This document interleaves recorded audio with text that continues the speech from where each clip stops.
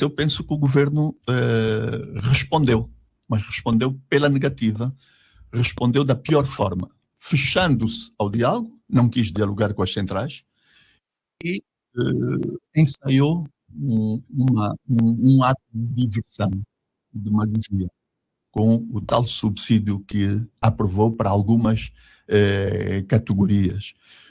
Desprezou totalmente o problema do salário mínimo, que é o principal problema. Eu, como professor, preferia ter um suplemento, não é? Em vez de, arredondando 500 mil kwanzas, de 400 mil kwanzas, para garantir os 100 mil kwanzas de salário mínimo que as centrais exigem. Porque vi posts a dizer o governo apostou no conhecimento. Não é assim que se aposta no conhecimento, seguramente. Isso é mais demagogia do que propriamente apostar no conhecimento. Nós temos que ter o sentido de justiça social e temos que cumprir com a Constituição. Não é? A Constituição diz que deve-se fazer uma diferenciação das várias classes, das várias camadas, não é? E discriminação positiva dos mais pobres. Então, o problema devia começar por ser resolvido a partir de baixo e subir, não é? O governo quis, sobretudo, acalmar um pouco a classe média, porque ele acha que a classe média é que mobiliza as massas, não é? Mas a classe média angolana, felizmente, hoje, é adulta, está madura e não se deixa levar por esse tipo de manobra, de demagogia, não é? Porque não são os 500 mil que deram os professores que vão fazer com que os professores abandonem a luta e nem as outras classes abandonem aqueles que não foram contemplados. O que se tentou fazer foi dividir os trabalhadores para melhor reinar.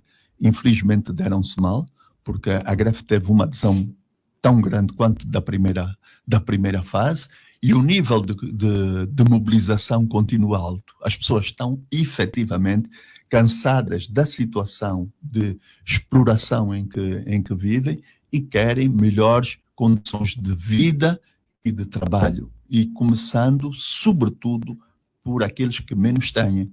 Que não se pode propor ao país e, sobretudo, às pessoas um salário mínimo que não paga a cesta básica. O critério tem que ser, o salário mínimo não pode ser inferior à cesta básica. E por isso é só fazer as contas. Os 20 produtos da cesta básica, quanto é que custam? Esse é o salário mínimo. É um critério objetivo, não é? É um critério objetivo. A ministra do Emprego e Segurança Social, do Trabalho e Segurança Social, diz que esta proposta das centrais sindicais é insustentável. Enquanto político, alguém que acompanha a vida do país, acredita que poderia haver, o governo poderia ser mais razoável, tal como exigem, ou pelo menos pedem as centrais sindicais? Pode responder o governo a essa exigência? O Presidente da República, enquanto titular do Poder Executivo, desmoralizou publicamente a sua auxiliar, desautorizou-a e desvalorizou completamente aquilo que era a sua defesa. E não era a defesa pessoal da senhora, provavelmente. Era a defesa que lhe mandavam fazer do governo, não é? Não há dinheiro, defende isso que não há dinheiro, ponto final. A seguir, ele vem exarar um decreto presidencial em que mostra que afinal há dinheiro. Mas que na verdade nem foi o Presidente da República, foi o Presidente do MPLA, porque aquilo foi dito em sede do encontro do partido que governa. Está bem, ok, mas como aqui faz a confusão entre uma coisa e outra, não é? Aquilo foi assumido pelo país como sendo o Presidente da República, não é? E o presidente do MPLA não tem poderes, não tem competência para o fazer. Por isso, quando ele falou, não é, na verdade estava a falar como presidente da República. É aquilo que em psicologia se pode chamar um ato falho. Não é? Você não quer dizer, mas acaba dizendo. Por isso, ele falou como presidente da República. Não se deu conta, até se calhar, que não estava ali na qualidade de presidente da República, estava na qualidade de presidente do MPLA. Mas para ele não há grande diferença entre uma coisa e outra. São complementares, o que é inconstitucional. Ele não podia ser sequer presidente do MPLA. Mas continua, essa inconstitucionalidade continua a ser mantida. Por isso, quando ele fala, as pessoas entendem, a opinião pública entende que é o Presidente da República. Não vi quase... a maior parte das pessoas que falaram sobre isso falaram do Presidente da República, não falaram do Presidente do MPLA, porque para elas era o Presidente do MPLA que estava ali a falar, e que estava a falar porque é ele o titular do Poder Executivo, foi a ele a quem se entregou, por via da sua auxiliar, o caderno reivindicativo. E por isso é uma forma de responder. Fecha-se o diálogo, mas depois vem publicamente dizer que é bonzinho, que até vai aumentar os salários, mas não aumenta os salários. É outra coisa que as pessoas podem cair em erro. Ele dá uma espécie de subsídio, um complemento, não é, para os salários. Mas faz tanta diferença ou há o risco depois desse subsídio ser retirado? É isso mesmo.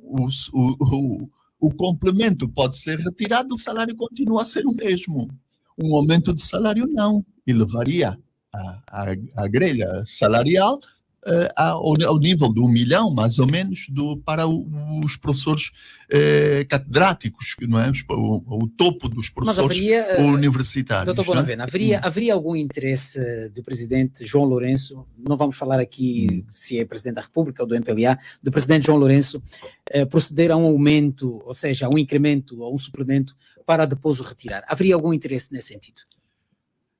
Então, se não há esse interesse, por que não vai para a mesa das negociações e decide um aumento dos salários? O que se está a pedir é um aumento de salários.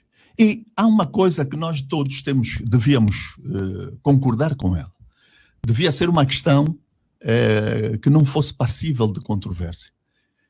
Só é possível fazer o país que nós sonhamos, com uma política progressiva de bons salários. Até mesmo por razões económicas. Não é uma razão política, uma razão moral, são razões económicas. E eles, que são hoje os donos das fábricas, das empresas, de prestação de serviços, do tecido económico, têm todo o interesse que as pessoas possam ser consumidores. Para ser consumidor, tem que pôr dinheiro no bolso das pessoas. Quanto mais dinheiro se puser no bolso das pessoas, mais vão consumir, mais se vai produzir ou estimular a produção. Então, a economia vai rolar. Esta atitude de contração só nos vai levar para o buraco. É uma atitude progressiva que vai efetivamente resolver os problemas. Não é uma atitude regressiva. Mas há condições. Ou de contenção. Há condições, tanto é que saiu dinheiro, esse dinheiro veio de onde? Para responder ao nível da exigência dos...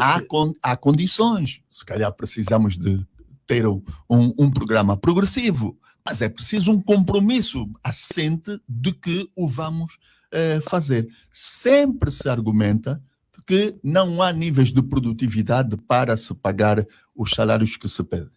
Ora, esse é um argumento antigo. Quando acabou a guerra, pelo facto do fim da guerra, aumentou-se os níveis de produtividade.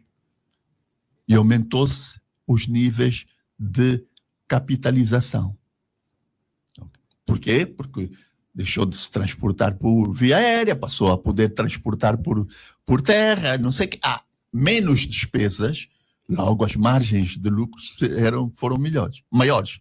Como é que se fez a repartição desses ganhos de produtividade, dessa riqueza suplementar que se conseguiu? Foi distribuindo entre o capital e o trabalho? Não. Foi tudo apropriado pelo capital. A relação hoje na distribuição da riqueza, não é? Os trabalhadores, com a sua força de trabalho, participam na criação da riqueza. Sim. Os empreendedores através do seu capital, participam na criação da riqueza. Mas uma vez criada a riqueza, a repartição é feita 30% para o trabalho, 70% para o capital. Não é possível fazer uma outra distribuição. É possível. É só haver vontade. Não é? É só haver vontade. Até porque é isso que vai poder estimular, não é, o trabalhador a uma outra atitude em relação. Veja, os nossos lutam por melhores condições de trabalho. Normalmente, luta-se por melhores salários. Aqui luta-se por melhores salários e melhores condições de trabalho. Por isso, quem está a defender efetivamente o trabalho, que é a força fundamental da criação da riqueza, são os trabalhadores. E eu tenho a certeza absoluta que há empregadores que estão convictos de que têm que pagar melhor os seus trabalhadores. E há muitos que já pagam bem melhor os seus trabalhadores.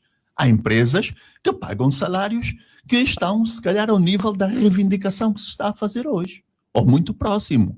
Se juntarmos o salário em espécie e depois os direitos, vamos chamar as contribuições, contribuições, e não só, mas aquilo que poderia chamar mordomias, não são mordomias, mas as regalias que os trabalhadores têm em determinadas empresas chegam a esses níveis, não é? Uma empresa que dá mata-bicho quando o trabalhador entra, dá almoço quando o trabalhador trabalha o dia inteiro, transporte, dá transporte, dá cartão de saúde, tudo isso, se juntar tudo isso, se calhar chega aos valores que estão a pedir hoje na função pública, que não dá nada, não é? Não dá absolutamente mais nada.